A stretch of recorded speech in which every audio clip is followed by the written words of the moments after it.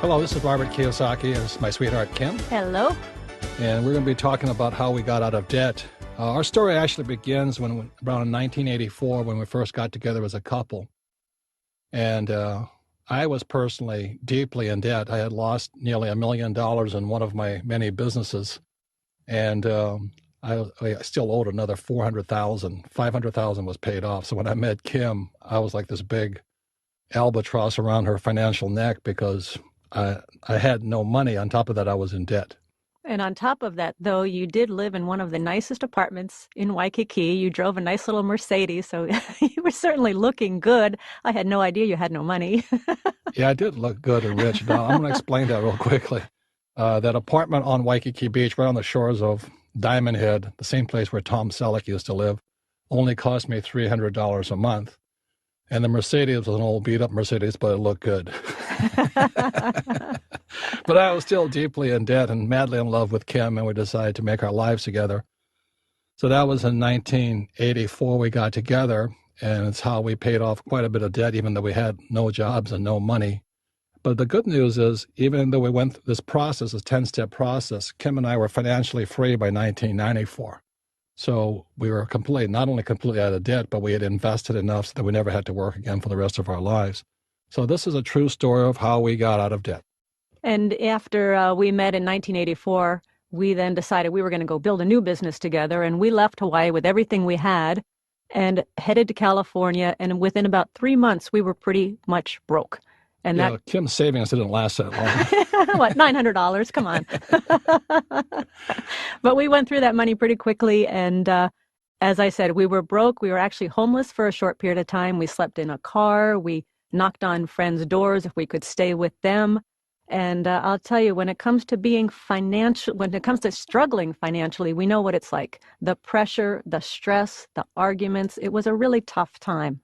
So I would say 1984 through 1986, 87 were probably the toughest years in our lives because not only were we building this business, we had to survive, but also pay off a large amount of debt.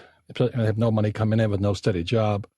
And fortunately, a friend let us live in her apartment, which is in her basement, in her garage. And somehow something always happened that we survived. And we ran out of money several times along the way, but somehow we survived. And I still remember back then, the credit cards that we had, they didn't have not all the merchants had the electronic machines.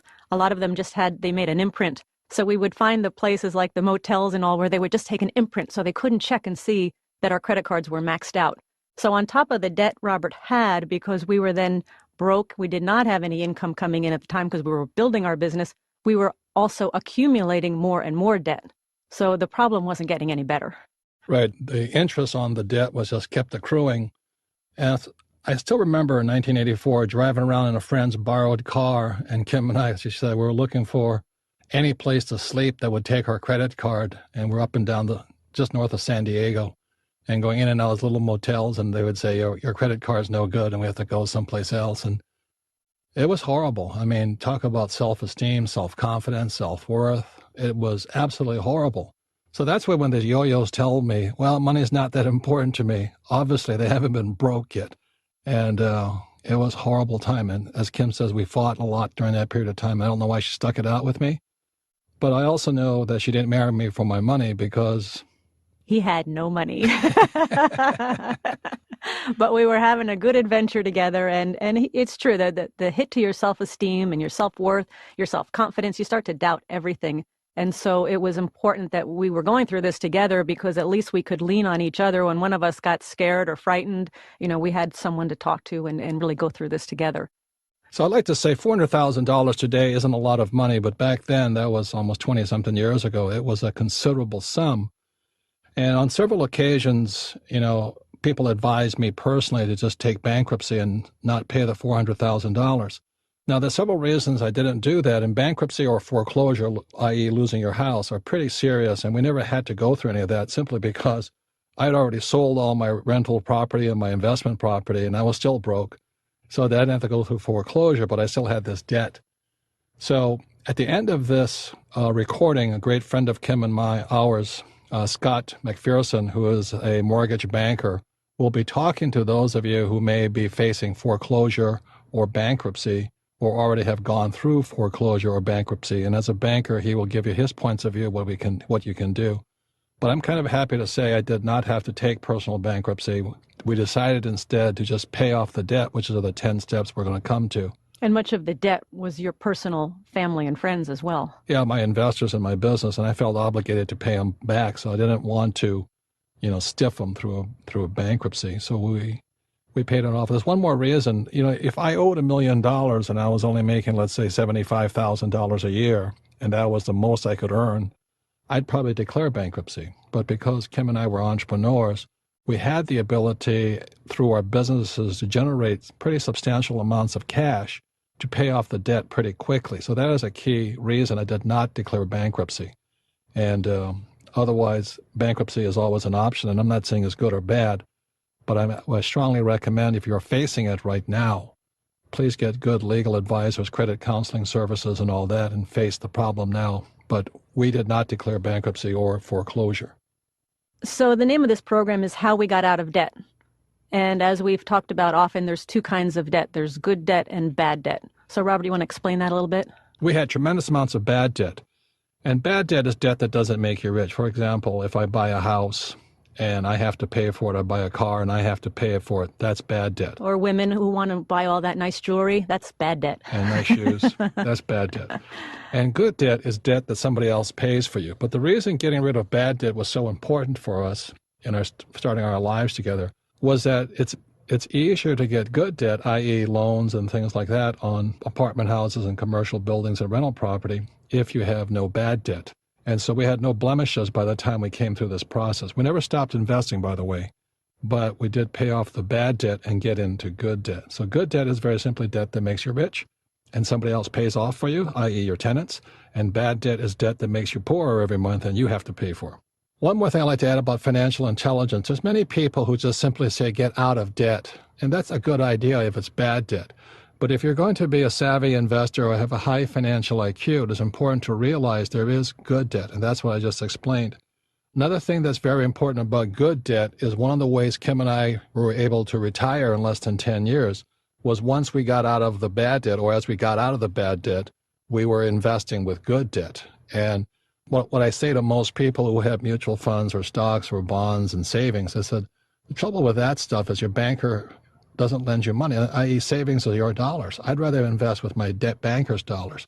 So high financial intelligence is knowing how to use good debt to get richer quicker. But then that brings up the next subject. You got to know a good investment from a bad investment. And the thing I always say to all you mutual fund lovers out there is ask your bank if your banker will lend you $1 million to buy mutual funds. The answer is no, simply because mutual funds are too risky. So that's part of the financial intelligence. And the way we got out of debt and we got financially free so quickly was we knew the difference between good debt and bad debt. So what this CD is about is getting out of bad debt. So we'll start with the 10 steps of getting out of debt. And for those of you who have the workbook, please follow along with the workbook that comes with this CD series. So step number 1 is you got to tell yourself the truth. And I think that's one of the hardest things I had to do because, Kim had never met a financial disaster like me before. She couldn't believe anybody could be driving a Mercedes and living in a nice hotel right on the shores of Diamond Head and be flat broke, but also deeply in debt. And I kept pretending I was rich, and that was, I was faking it till I make it, and, I was praying to God and Jesus and Buddha and hoping that money would come by and pretending I had no debt, and I was looking good and, eating in the best restaurants and flaunting the cash, but I was flat broke. You can fake your girlfriends, but you can't fake your wife. And so the first thing I had to do with Kim was sit down and eventually tell her the truth that I wasn't as rich as I looked. Well, it's true. You've got to tell yourself the truth because if you have a goal of where you want to go, you're not going to be able to get there if you don't know where you are. Yeah. So basically, it's telling yourself the truth, not lying to yourself, not pretending anymore. Here's the hard facts. Here's where I am. Yeah, but I still thought it was a good deal. This condo right on Diamond Head Beach and the best. It was a Colony Surf hotel, and I had room service and all this great stuff. It still was only $300 a month. It was cheaper than any place else I could find at the time. It was a good deal. You were still broken in debt. Yeah, I could negotiate very well, and my Mercedes was a nice-looking 450 SL Mercedes, but it was kind of a little old and burned some oil.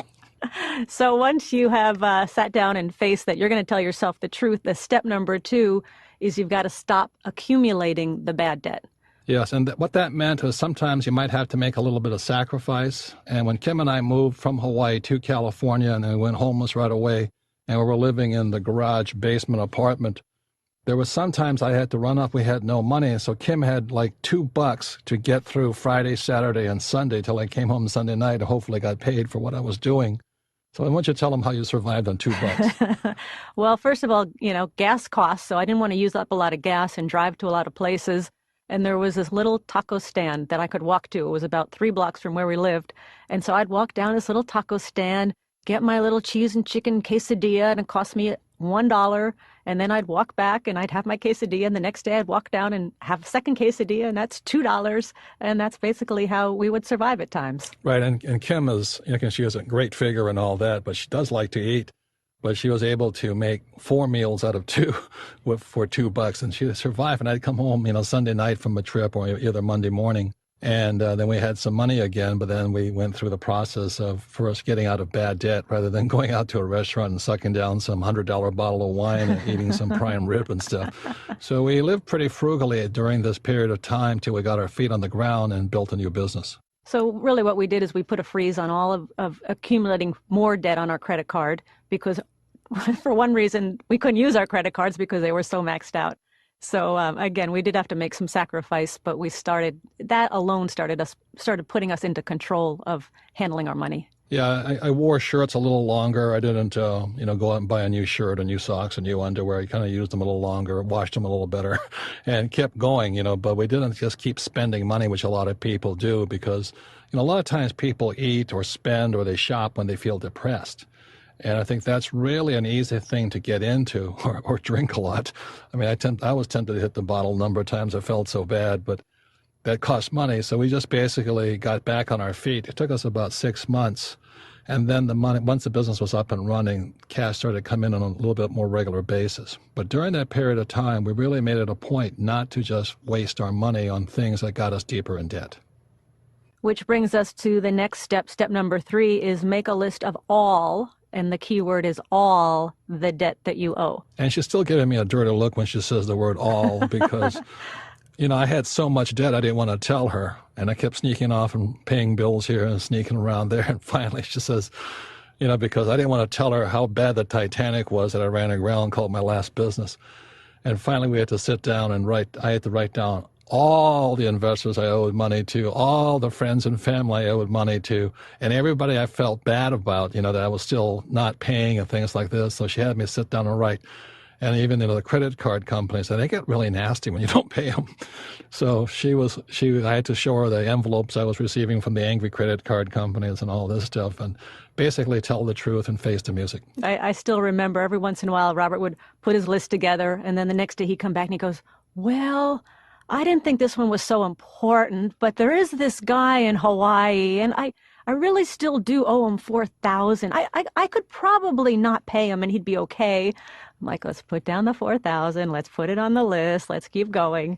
Yeah, so that alone was a little painful process. And his name was Richie, and unfortunately, he was a friend of both of us, so I had to tell him the truth. And so we paid Richie his $4,000, even though he was fine with not getting it back because he had invested in a company and the company did go down. But I just felt personally obligated to him because I did borrow the $10,000 from him and I still owed him $4,000. So we paid him back the $4,000 eventually. So step number 4 is a very important step. And all you guys out there who are deeply in debt and all this, I'd like to say this is probably the most important first real step you can go through, or a major commitment. And that is hire a bookkeeper. If you look in the workbook, I talk about a bookkeeper as part of your team. And there was times, I was just trying to do my own books. And, when I'm stressed out and embarrassed and upset that I owe so much money, I would not really confront the truth. Plus I'm messy. I'm not very detail oriented. So Kim and I finally went out, and my rich dad talked to me, and we're talking over with him. He says, "Do you have a bookkeeper?" And I said, "No, because it costs too much money." And he says, "Look, rich people have bookkeepers. Poor people don't. You have got to keep accurate records. And you're not supposed to do that because your job is to make money, not to keep track of the money necessarily. Her job is to give you accurate records that you can look at, and a bookkeeper is the most important part of your team. So I say this right now because when I was facing so much debt, it was really hard to go and spend $200 to $400 a month on a bookkeeper. But it was one of the most important steps. And like for those who read Rich Dad, Poor Dad, in there, my rich dad always say, never say I can't afford it, because poor people say I can't afford it. So a bookkeeper was somebody that was very important, an important expense and key to us getting out of debt, because every month old Betty would force, especially me and Kim, to sit down and look at our financial situations.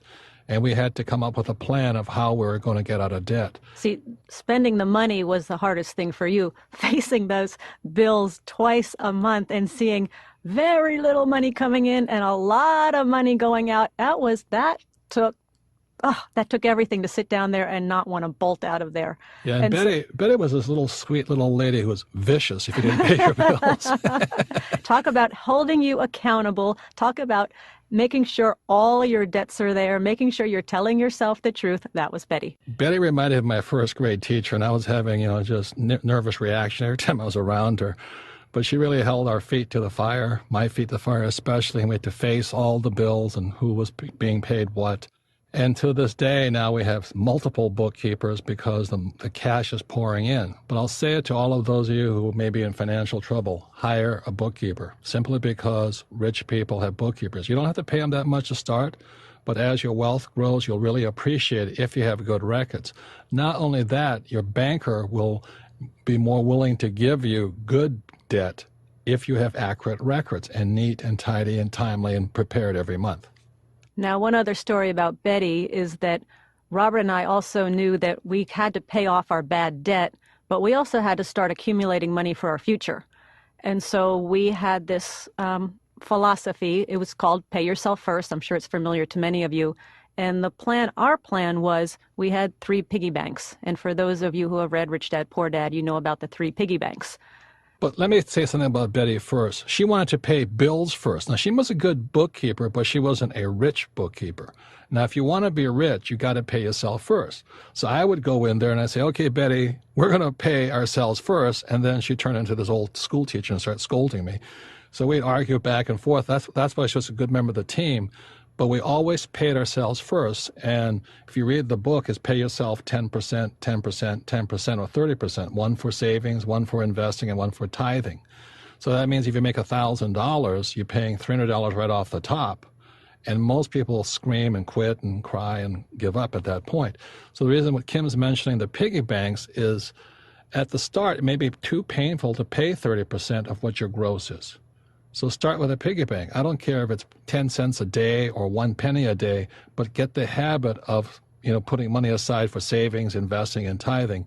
And if you do it every day, it becomes a habit. And for those who have read Rich Dad, Poor Dad, what I say that it's not money that makes you rich, it's your habits that make you rich. So even when you're broke, even when we were broke, we still paid ourselves first. And the reason Betty is probably still broke is she never paid herself first. She paid her bills first. So our rule was with every dollar bill that came into our household, we took 30% off the top. And as Robert said, it doesn't have to be 30%, but that was our discipline. But here's what Betty would say. When we proposed this to Betty, she goes, because we had all these bills that were due and all these creditors that were screaming at us to pay. She said, oh, no. Here's what we're going to do. We're going to pay all the bills first. And then what's left over, we'll put into your piggy banks. And that's why she's still poor. Because there was never, ever going to be anything left over because we owed so much money. Please hear this. I mean, this is probably the next most important thing after hiring a person like Betty, is you've really got to pay yourself first. Please hear me. Poor and middle-class people pay themselves last. So the hard part was we would take off, and I said, it doesn't have to be 30%. Let's say even if it's $10, $10 per month, at least you get in the habit of doing that. And then you pay your bills, and you'd be surprised how smart you become if you have to pay those bills, because look, your piggy banks don't scream at you, but the people who want their money do.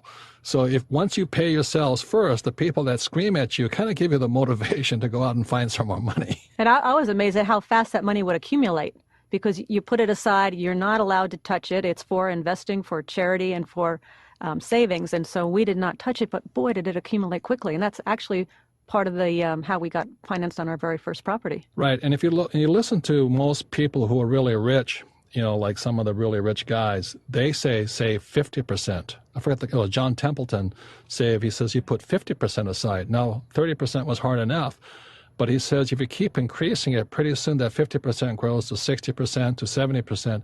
So today, even though Kim and I make millions and millions and millions of dollars, we're now reinvesting over 80%. So the 30% kept growing simply because we established good habits during this process of getting out of debt, of bad debt, and getting into good debt. So one of the reasons we're getting richer faster today is that we're now investing millions and millions of dollars, but we're still living we're not frugal by any means. We have a nice house, nice cars, and all this stuff. But we got into the habit of paying ourselves first. So 30% can grow today for us 80%. And I think that is one of the biggest secrets about paying yourself first. And as I said, Betty, bless her soul, paid her bills first. And I used my bill collectors and people who hated me as motivation to go make more money, but I still paid myself first. And by the end of this program, and if you read the workbook, you're going to find out the formula for how to pay off all your debt. Plus, the other objection we get is I don't have any money to invest. So you're going to learn, number one, how to pay off all your debt. And number two, you're going to have money to invest if you follow this formula. So that's the setup, and just know it's mostly discipline and determination. And please hear us. So that was 1984 to 1994, and Kim and I were financially free in 10 years. We never had to work again for the rest of our lives and still got out of all this debt. So that's why this formula works. So let's go through steps 5 through 10, and we'll now go into the step-by-step. And this is where Kim is very good at this process because she primarily set the whole thing up to do it. And again, go to your workbook so you'll see these diagrams, and it's hard to follow if you don't have the diagram. So please take it over, Kim. Okay, well, this is step number 5. And now that you've got a list of every debt that you owe, you're going to make a visual picture of that debt. And very simply, what you're going to do is you're going to draw a quadrant for each debt. And in the upper left-hand column of the quadrant, you're going to put the creditor. So, for example, it might be Visa. In the upper right-hand column goes the total amount owed. Total balance owed. Bottom left-hand corner goes the minimum monthly amount that you have to pay every month. And in the bottom right-hand corner, you're going to divide your total amount due into the monthly payments. So in the example in the workbook, it's Visa, minimum $100 a month, $2,000 total payments, and that means the number 20 means it'll take you 20 months to wipe out this debt. Yeah, you basically take the total amount due, which is $2,000 divided by 100, and that equals 20 months. So for every single debt that you have, you're going to draw this visual. And again, refer to the workbook because it's in there. It'll make it very, very clear. But for every single debt, you're going to set up this quadrant, and you're going to have this circled number that says how many months it will take to pay these off. So if you go to the diagram, with me, I had several Visa cards, several MasterCards. One at American Express, American Express really gets nasty, which was good, but they really came after me hard. And then there was other things like school loans, car loans are number 2, personal loans. So all of these debts we had to line up. Plus, I had creditors I owed money to. So as Robert said, it's every single debt. And a lot of times, as I said with Robert, he wanted to tell me about this one guy in Hawaii that maybe he has to pay. So the people that you owe money to, even if you don't have a monthly plan set up with them, make one up, but put them on your list.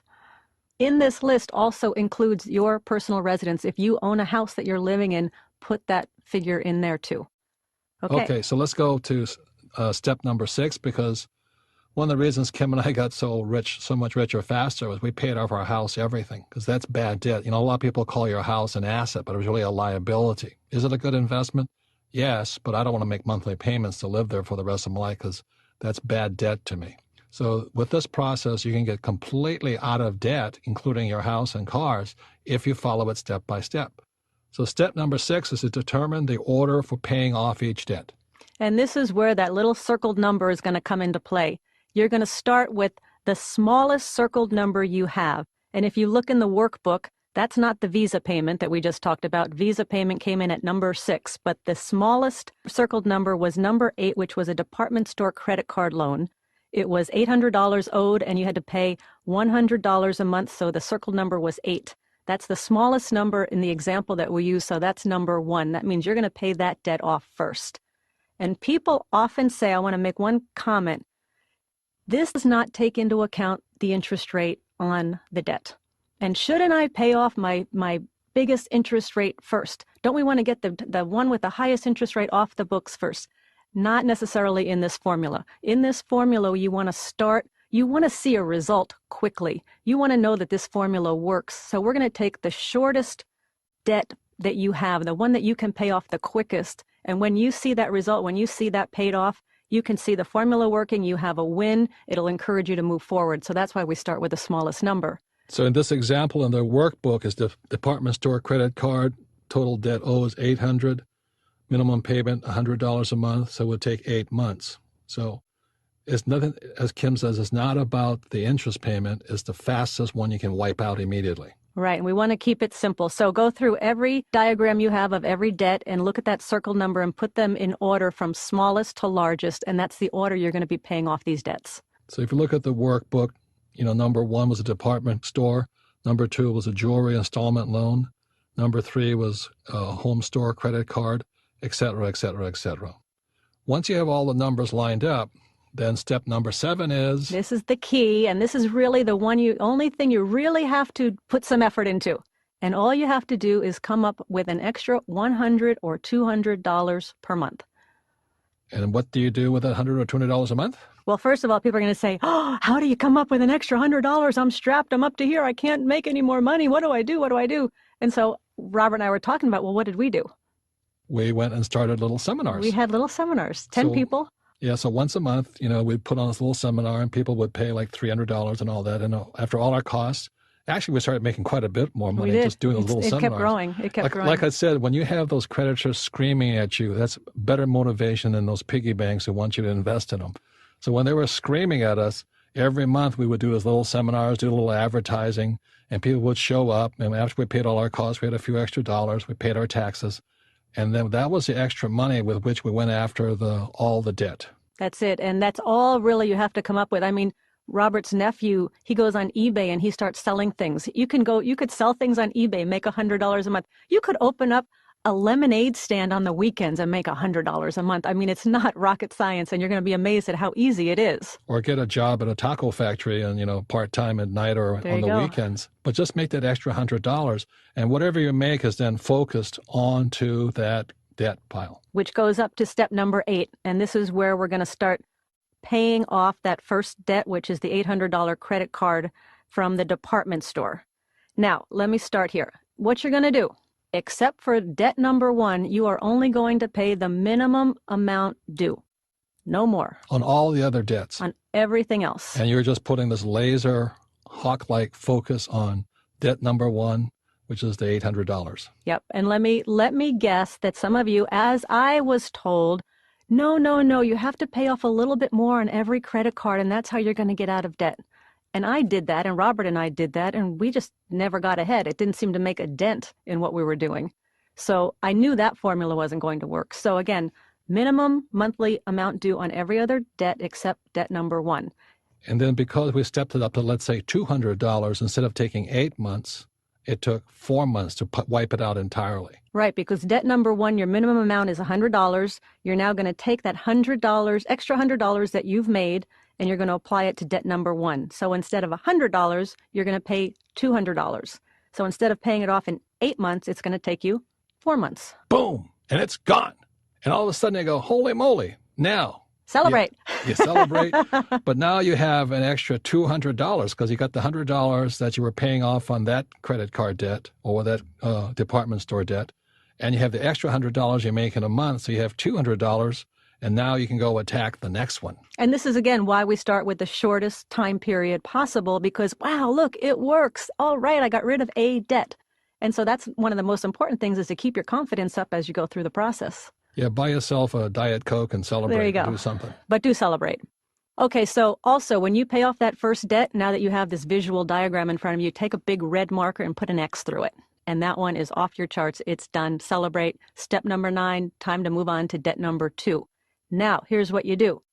Debt number 1, you've been paying $200 a month. So you go to debt number 2. If you look in the workbook, debt number 2 is a jewelry installment plan. You owe $400. Your minimum payment is $45.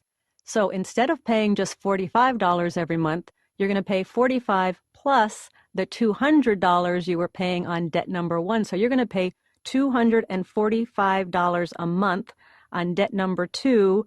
And guess how long that's going to take you to pay that off? Less than 2 months. Poof, Done.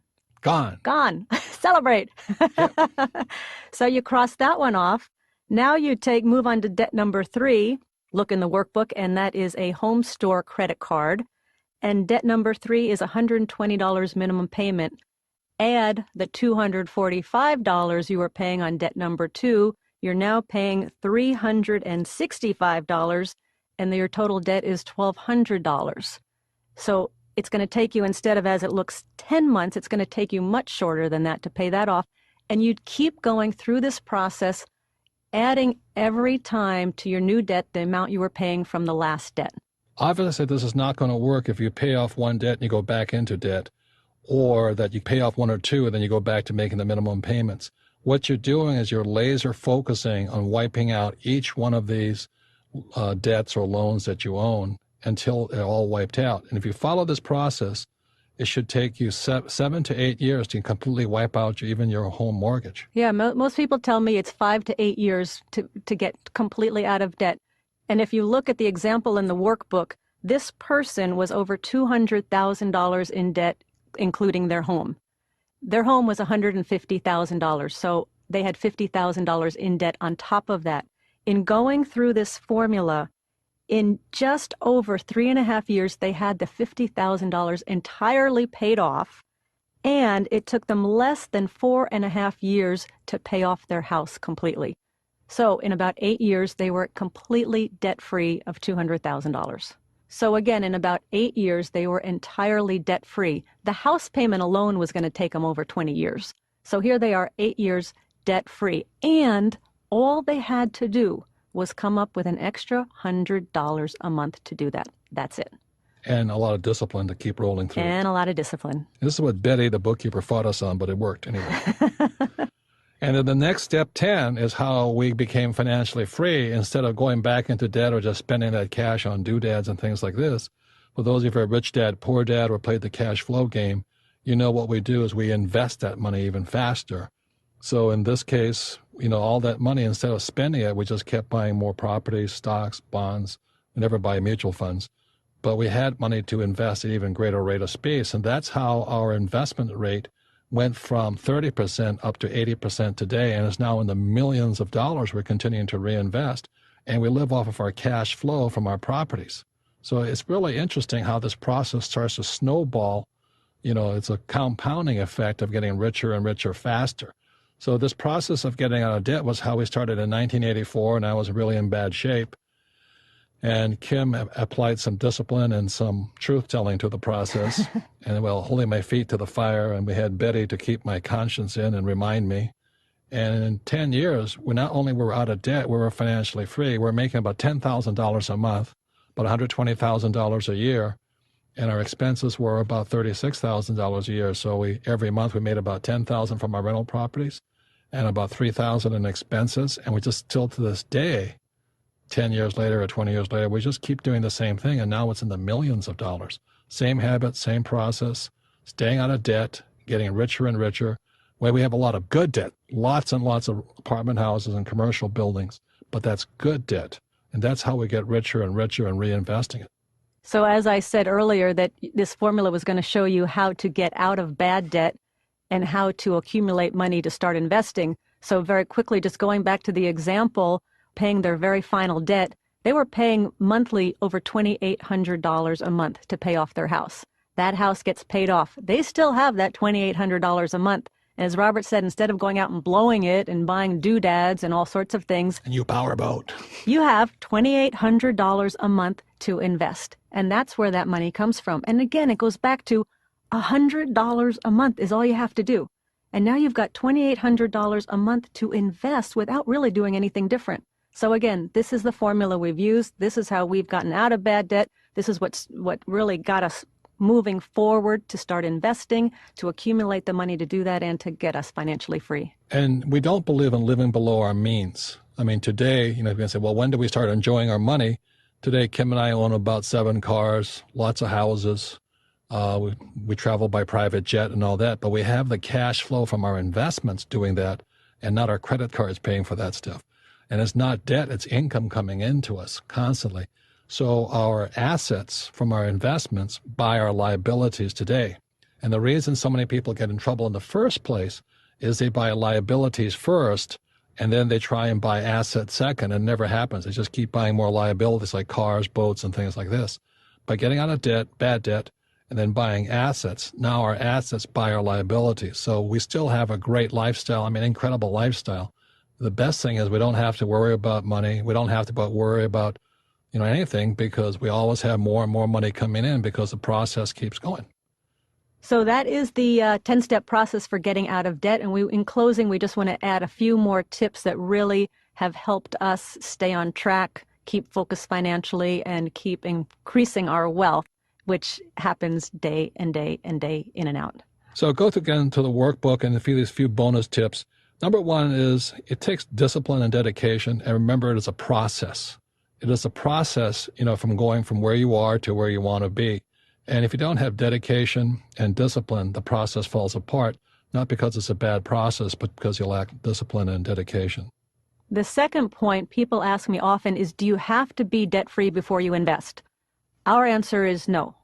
That's a choice you can make. But for me and Robert, we were investing even though we had quite a bit of bad debt. What we did is we stuck to this formula, but we kept finding the money to invest. So no, you do not have to be debt-free to begin investing. For example, while we were going through this process, by this time we had moved from California to Portland, Oregon, and we found this smoking 18-unit apartment house. And back then, I can't believe how cheap it was, but back then it was only $385,000. And we didn't have any money. We were still paying off our debt. So the cash, by understanding and assessing evaluating the property, we realized we could get 100% financing and still make money from the deal. So that's when, I went knocking on bank doors with Kim, and we finally found one banker. His name is David Riffle, one of the greatest guys we ever met from U.S. Bank.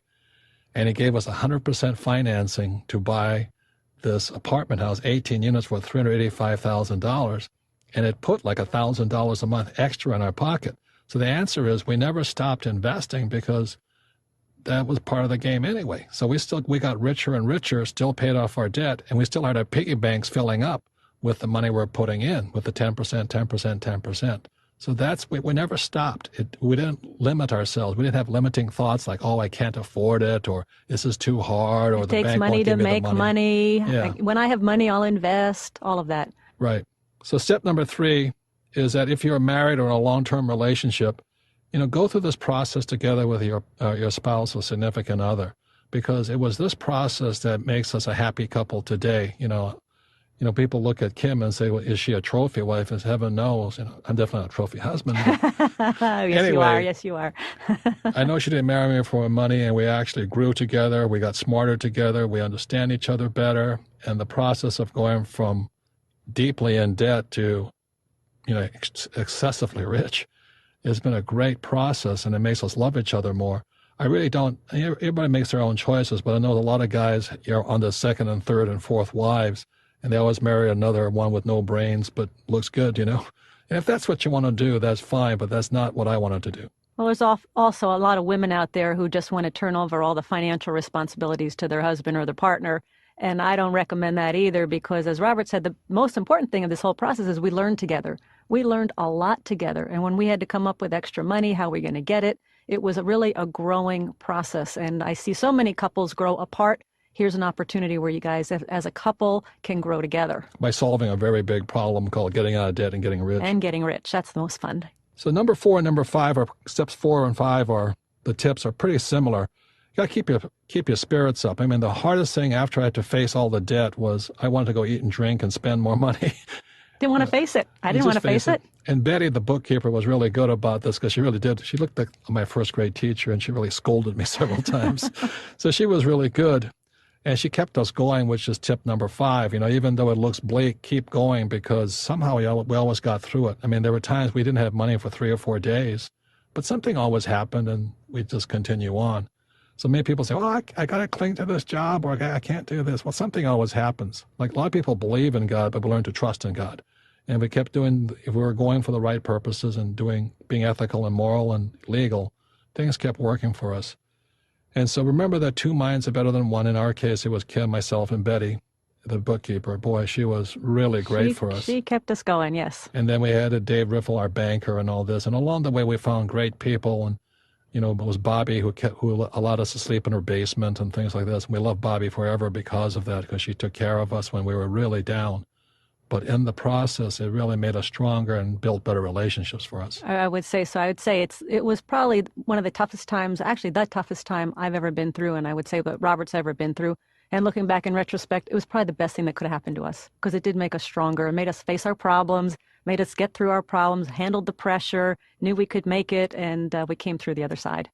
And number 6 is, play the cash flow 101 game. Whenever we have financial problems, a lot of times the brain gets stuck, there's no oil in the brain or something, and it goes into a jam. So get out the cash flow game, play the game, and then what the game does is it kind of loosens up your brains and gets the juices going, gives you new ideas, and you can talk to the friends playing the game. If you don't have a game, go to richdad.com, and we have cash flow clubs all over the world, and you can join them and talk to them. And a lot of them are like support groups to help you get through your financial challenges. Donald Trump and I wrote a book together. It was Why We Want You to Be Rich. But if Donald Trump was $1 billion in debt, and I was only $1 million. And it actually made us better people, facing the problem and getting out. So all of us have money problems. It's just how you handle them. So find the cash flow game, get together with some friends, play the game, and, I think your brain will come up with solutions that are unique for yourself. So as I said at the start of this CD, that some of you today are facing a foreclosure, which is the bank taking your home, or a personal bankruptcy, or you've already gone through a foreclosure and a bankruptcy. And those are kind of extreme situations. And thank God I didn't have to go through it because I paid off my debts. So here is Scott McPherson and I doing a short interview, and he is an investment banker as well as a mortgage banker, and he can give you a banker's point of view on the subjects of foreclosure and bankruptcy. So welcome, Scott. Good morning, Robert. Well, what would you say to somebody who right now they've missed a number of payments on their house, or they lost their job, let's say, or they have hospital bills they cannot pay off?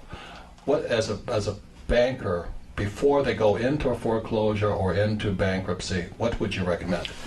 Well, there's a variety of different things. There's the pre and post reaction to a foreclosure or bankruptcy that we're going to discuss a little bit. On the if it's imminent and you think you're going to lose your property and you're going to file bankruptcy, or you're going to go into foreclosure or are in foreclosure currently, what I would recommend is to maybe do a little bit of the obvious, and do the right thing. Try to go get yourself help with credit counselors and so forth, and do things that you can try to help yourself prepare for the inevitable maybe of losing your house.